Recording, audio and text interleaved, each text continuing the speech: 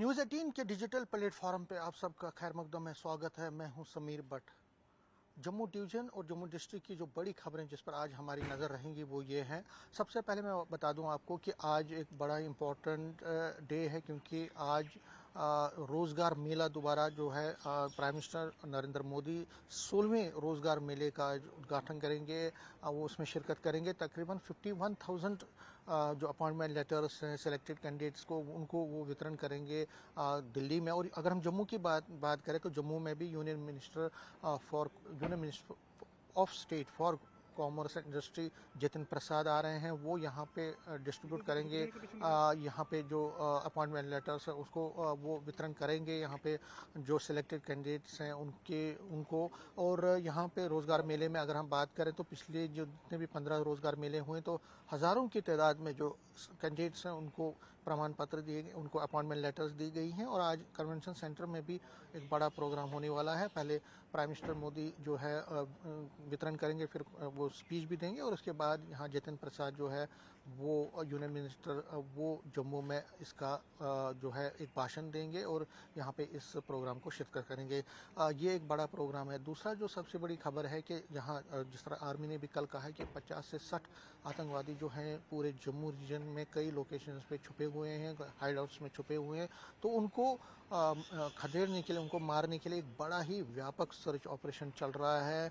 16 corps के under surveillance में ये सब कुछ चल रहा है, सुपरविजन में सब कुछ चल रहा है। और अगर हम हाइड आउट्स की बात करें तो जहाँ जहाँ पे घने जंगलों में, पहाड़ी इलाकों में और जहाँ पे भी आतंकवादी छुपे हुए हैं, जिनकी संख्या कहा जा रहा है कि 45 से 50 है, और 50 से 60 जो आतंकवादी है वो इन्फिल्ट्रेट करना चाहते हैं, घुसपैठ करना चाहते हैं। तो सर्वेलेंस भी बढ़ा दी गई है, पेट्रोलिंग बढ़ा दी गई है, और उसके साथ साथ जो खुफिया तंत्र को है उसको मजबूत किया जाएगा। तो हमारे रिपोर्टर चाहे वो डोडा किश्तवाड़ से हों या पुंछ राजौरी से हों या बाकी जगहों पे जहाँ पे भी कहा जा रहा है कि आतंकवादी छुपे, तो वहाँ से वो फाइल रिपोर्ट करेंगे। ये दूसरी जो बड़ी खबर है। तीसरी है रियासी में जो एनएचपीसी का जो ग्रिड है वहाँ पे एनएचपीसी के अराउंड मॉक ड्रिल किया जाएगा। एक मॉक ड्रिल जो कि सुरक्षा तंत्र को देखने के लिए, एक सर्वेलेंस करने के लिए, एक असेसमेंट करने के लिए ये मॉक ड्रिल किया जाएगा, जिसमें खुफिया एजेंसीज के जितने भी एजेंसीज के लोग हैं, जो ऑफिशियल्स हैं या टीम्स हैं, वो इस मॉक ड्रिल में शिरकत करेंगी। और सर्वेलेंस जो है एक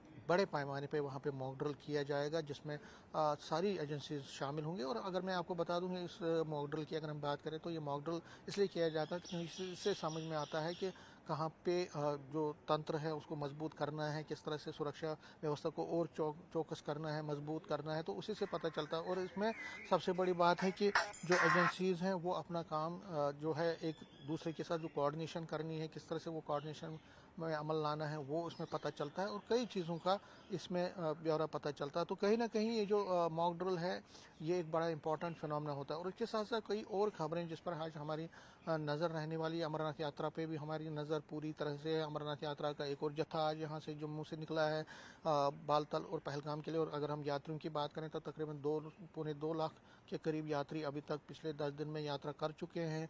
यात्रा अच्छी तरह से चल रही है, इस पर भी हमारी नज़र रहेगी। और इसके साथ साथ जो कल जो है 13 जुलाई है, मार्टियर्स डे है। Martyrs day national conference PDP और बाकी पार्टीज को मना रही है, लेकिन बीजेपी इसको ब्लैक डे के तौर पर मना रही है, तो उस पर भी हमारी नज़र रहेगी। तो कुल मिला के कई खबरें हैं पूरे जम्मू में, जम्मू रीजन में, जिस पर आज हमारी नज़र रहेगी। और कोशिश करेंगे कि हमारे जो रिपोर्टर्स हैं, कई जगहों पे तो हॉस्पिटल्स की कमी है, स्कूल्स की कमी है, किसी जगह पे बिजली पानी सड़क की कमी है, तो उन रिपोर्ट्स को भी हम दिखाएंगे। और जिस तरह से मैंने कहा कि हर एक चप्पे पे जो हमारे रिपोर्टर्स हैं वो अपनी तरफ से कोशिश करेंगे कि जो खबरें हैं उनको जल्द से जल्द आप तक पहुंचाए। कैमरामैन चांद के साथ मैं समीर भट्ट, न्यूज़ 18 जम्मू।